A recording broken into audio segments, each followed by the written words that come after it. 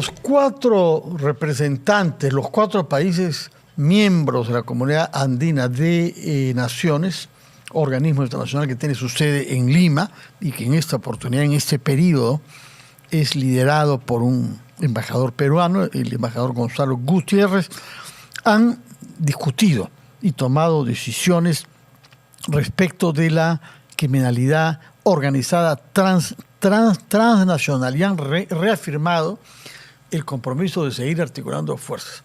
Hemos tenido esta semana la excelente noticia de que uno de los principales criminales que organizan el gota a gota en el Perú ha sido detenido en Colombia, gracias a la eficacia que ha mostrado la policía colombiana ahí, aparentemente con ayuda de la policía peruana. Ojalá que se multipliquen estas iniciativas, porque tenemos otros jefes criminales que han salido de nuestras fronteras.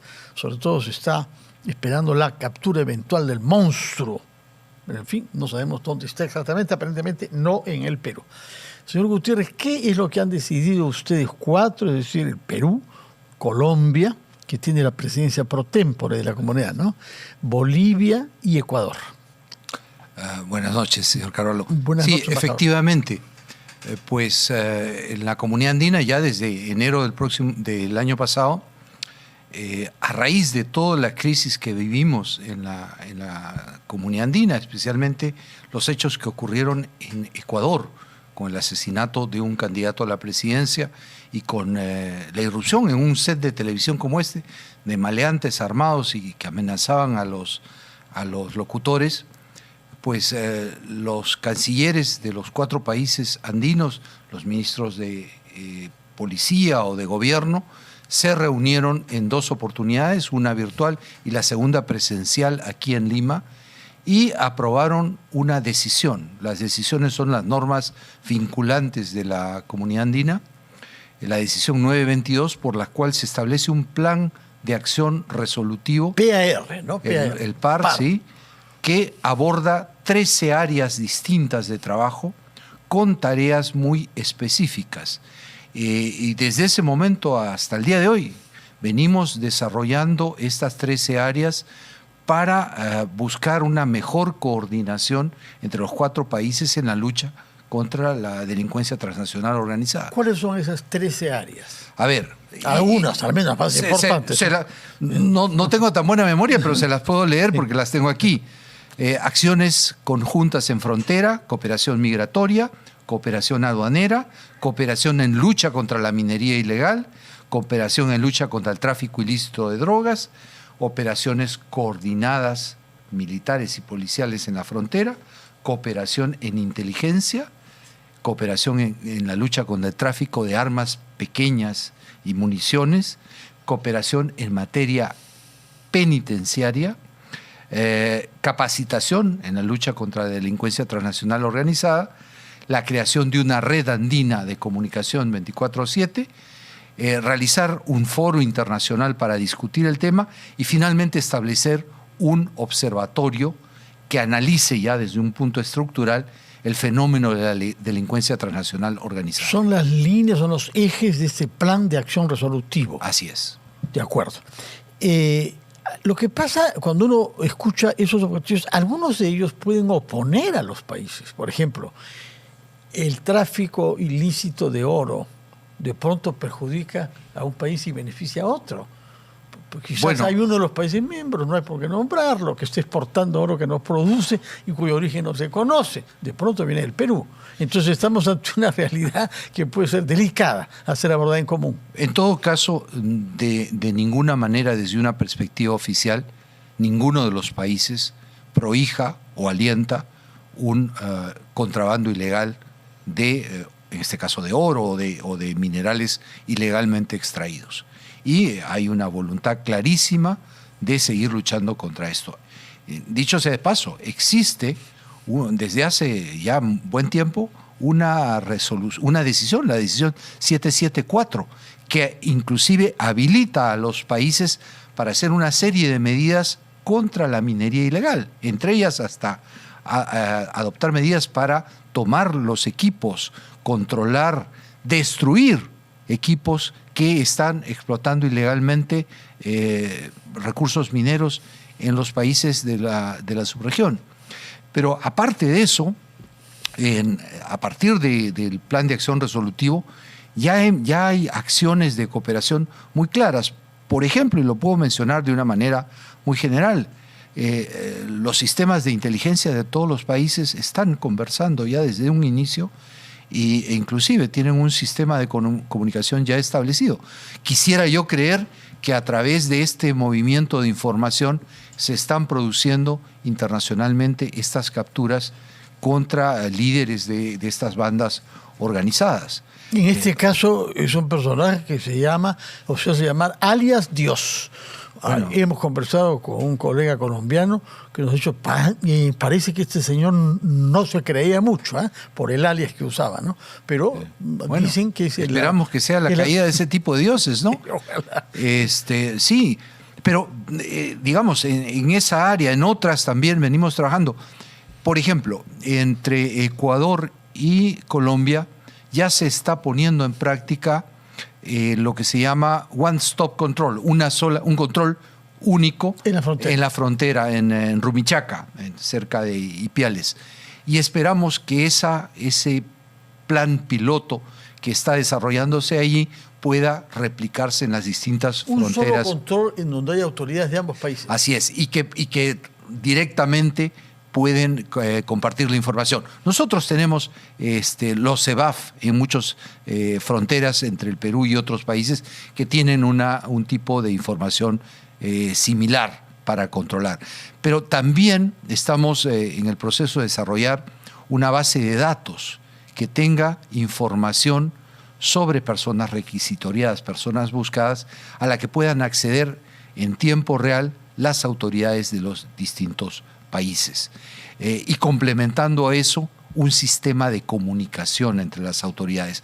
Eso, digamos, todavía está en proceso de ponerse en práctica y posiblemente estemos estudiando cómo vincularlo más allá de las fronteras de la comunidad andina. De acuerdo. Por otra parte, tengo entendido que ha firmado usted como responsable ejecutivo de la comunidad andina un memorando de entendimiento con la Agencia de Naciones Unidas sobre Drogas y Crímenes, ¿no? ONUDIC. Sí, ¿Qué cosa significa la firma de este memorando? Pues efectivamente, por primera vez hemos establecido un mecanismo de cooperación entre la Secretaría General de la Comunidad Andina y lo que en inglés se llama la UNODC, la Oficina de Lucha contra las Drogas y el Crimen Organizado.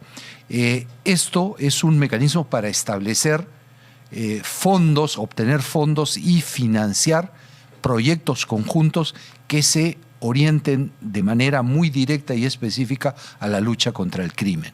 Tenemos 3 meses, han pasado ya 15 días desde que firmamos esto, 3 meses en los que vamos a plantear, diseñar proyectos en los que podamos trabajar de manera conjunta con el UNODC. Esto es realmente inédito como digo, para la comunidad andina, pero creo que vivimos tiempos también inéditos. En el que esta amenaza es una amenaza que ya no es solamente la amenaza a nosotros como ciudadanos, sino es una amenaza a la fibra democrática de los países. Lo hemos visto con este asesinato tan terrible de un candidato a la presidencia en el Ecuador, y eso significa que estamos bajo asedio en nuestra esencia democrática, y eso no lo vamos a permitir los países andinos. Y yo quisiera preguntarle sobre otro tema que no tiene directamente que ver con la criminalidad, pero sí con el comercio internacional, que es la reacción de los países de América Latina frente a las medidas unilateralmente impuestas por el presidente de los Estados Unidos. Un economista especialista en países asiáticos dijo que los países asiáticos inmediatamente consultaban nosotros con nosotros para ver qué cosas iban a hacer y eventualmente tomar una posición común. Los europeos no se diga, porque hay una unión que impide tener políticas comerciales diferenciadas, de manera que hay una respuesta común de los 27 países de la Unión Europea. Pero dicen que en América Latina cada uno trata de resolver su problema específico con los Estados Unidos. Mientras menos se hable, mejor, y sobre todo no aparecer ahí como el que está generando oposición a Donald Trump. Pero me imagino que como ustedes son 4 en la CAN, han tenido que conversar, y además esto coincide con un curso que se imparte, creo, con ayuda de otra agencia de la ONU, sobre la propiedad intelectual. Y es uno de los puntos que aparece en la nota hecha por el representante de los Estados Unidos para el comercio internacional, el señor Greer. La nota que nos ha hecho llegar contiene 11 observaciones, una de las cuales es la falta de respeto que habría en nuestro país a la propiedad intelectual, o dicho con palabras peruanas, la práctica de la piratería. Bueno, a ver, ciertamente en el caso de los países de América Latina, exceptuando México, digamos, que tiene una relación especial y una situación especial con los Estados Unidos, el rasero ha sido similar para todos en el 10% de piso, con la excepción de Nicaragua y Venezuela. Entonces, yo diría que en el proceso de elaboración de estas normas, de estas barreras arancelarias, no ha habido un razonamiento muy fino sobre la situación de los países de América Latina, porque, entiendo, no sienten que son una competencia significativa.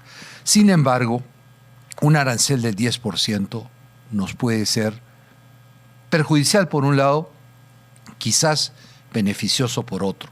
Comparado con otros, no en sí mismo beneficioso. Así es, el problema siempre es relativo, ¿no?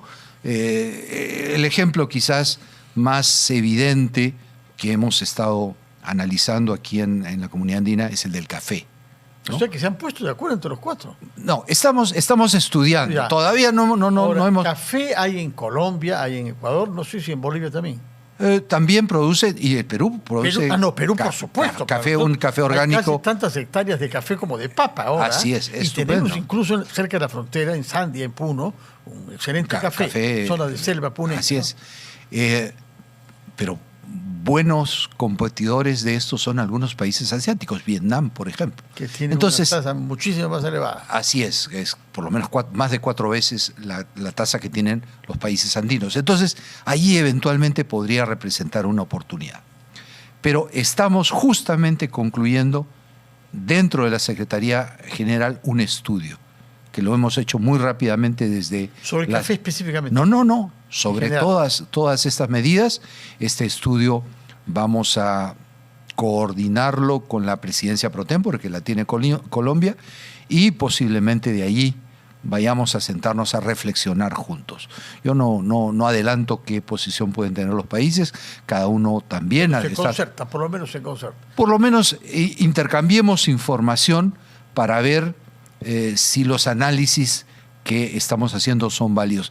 Y yo creo que es importante. Ahora, es tan fluida la situación. Si conversábamos de esto ayer por la mañana, nuestra situación hubiese sido distinta. Yo vengo hace unos minutos de estar viendo la información en los Estados Unidos, que hablan ya de un alejamiento entre Elon Musk y el presidente Trump. Y Peter Navarro, ¿no? Y Peter Navarro, que es, un antiguo conocido intelectual mío, porque, como seguramente usted se acuerda, yo fui embajador en China. Muy bien. Y él, hace años, mucho antes de participar en el gobierno de Trump, escribió un pequeño librito, ¿no?, que se llamaba The Coming China Wars, las guerras chinas que vienen. Bien, sí. Y la anécdota es que cuando Trump entra de presidente en su primer gobierno, le pide a su yerno, a Jared Kushner, que le busque un experto en temas de China. Y parece que literalmente, por internet, por Google, buscando en Amazon quién había escrito, surge este libro de Peter Navarro, y Peter Navarro se convierte pues en un asesor muy importante. Ahora, ha sido denominado más bruto que mis zapatos por Elon Musk, ¿no? Bueno, yo es el gran consejero para la simplificación administrativa del Estado americano. Sí, parece penoso un poco esos intercambios de adjetivos que ahora parecen tan usuales, ¿no? Pero más allá de lo anecdótico de eso, pues la elevación de los aranceles en los Estados Unidos está poniendo en entredicho el valor de las acciones de empresas muy importantes, entre ellas la misma Tesla. empresa de Elon Musk. Estas fluctuaciones de billones de dólares diarias no hacen a la estabilidad que el mercado requiere. La inestabilidad es lo peor que el inversionista puede visualizar. Y con una inestabilidad, una eventual elevación de precios en los Estados Unidos en función a los aranceles que se añadan a las importaciones, pues podría estar visualizando una situación recesiva. Y eso creo que es lo último que cualquier gobernante quiere para su país, ¿no? Señor Gutiérrez, muchas gracias. Recuerdo que usted es embajador en situación de retiro y secretario general de la Comunidad Andina de Naciones. Queda comprometido a venir cuando hayan tomado decisiones sobre las políticas comunes ante las nuevas reglas del comercio internacional, que, como dice, están un poco volátiles. Todavía no se sabe bien cuáles van a quedar.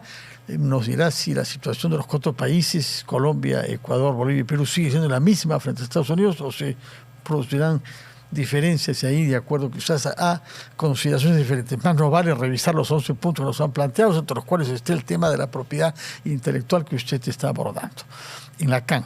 Muchas gracias por su presencia, muy buenas noches y cuento con usted para mantenernos informados sobre todo lo que es concertación y acercamiento entre países vecinos. Claro que sí. Muy buenas noches, señor Gutiérrez. Vamos a hacer una pausa y hablaremos sobre educación.